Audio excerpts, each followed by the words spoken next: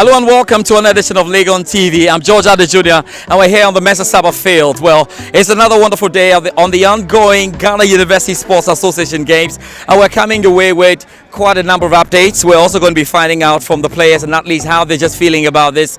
It's getting closer to the final day and we want to find out who is getting in there. We'll also have a look at the tables and just what we're picking in terms of permutations.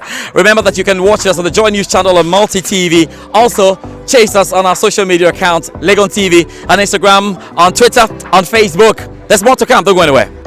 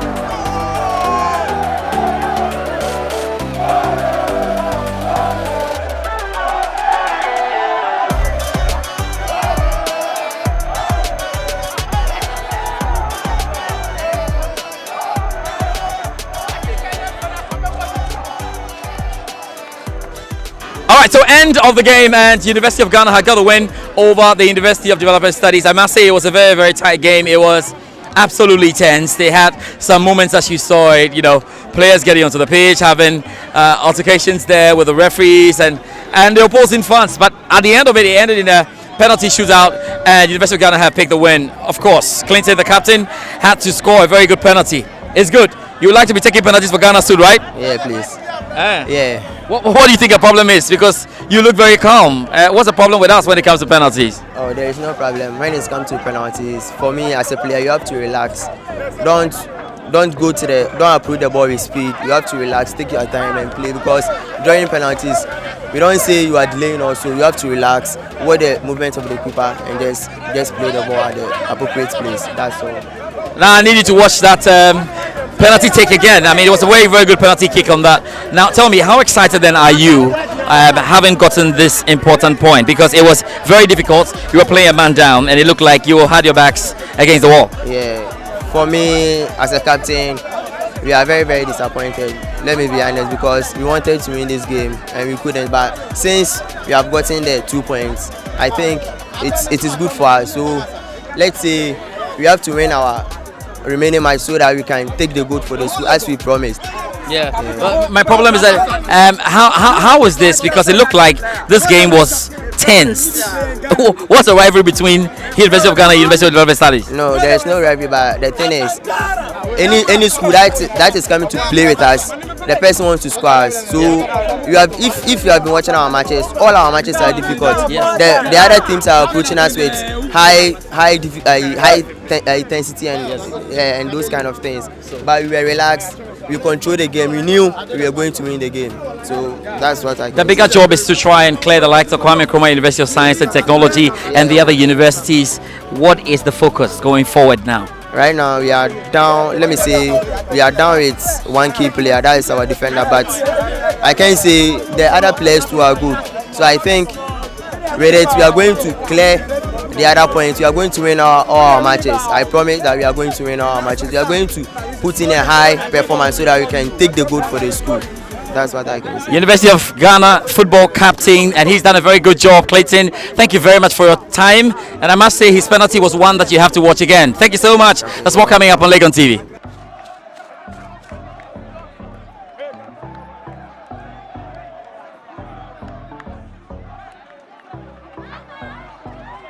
Okay, hello. I'm Fab and welcome to Legon TV. And I have here with me Jnr Prosper. Okay, so Prosper, how do you see the game? Well, the game was fantastic, and I think both teams played well, and I quite enjoyed it. Yeah. Okay, so when, like, with respect to possession, which team do you think possessed the ball more? Well, I'm a student of UDS, but then I think we possessed the ball well. UDS possessed the ball very well. Yeah. To be frank, yeah, we did possess the ball very well. I hope you are aware that Legon, they played with 10 men. Yes, well, yeah, it doesn't really matter because at times it's difficult to play against a 10-man team because they normally don't play with formation anymore. What they do is to play with attacking football. You understand? I get it. So do you think it's a big shame that UDS lost to a 10-man team? No, it's not a shame. It's not a shame because it was a crucial match. You could see what happened earlier on in the first half. How the supporters were rushing into the field. You could see that. So it's not. Okay, so how are you feeling now? I'm cool. So what's your position on the log? Well, I think we still stand fourth. Yeah. So I have here with me Frank from UG. Frank, how do you see the game? It was a great game. You know, UG controlled the game. They wanted to get their first goal, but they couldn't get the first goal. So it was quite unfortunate for the UDS to get the first goal. They managed to come back as early as possible, because if they had gone to the first half with a 1-goal deficit, it would have really go against them.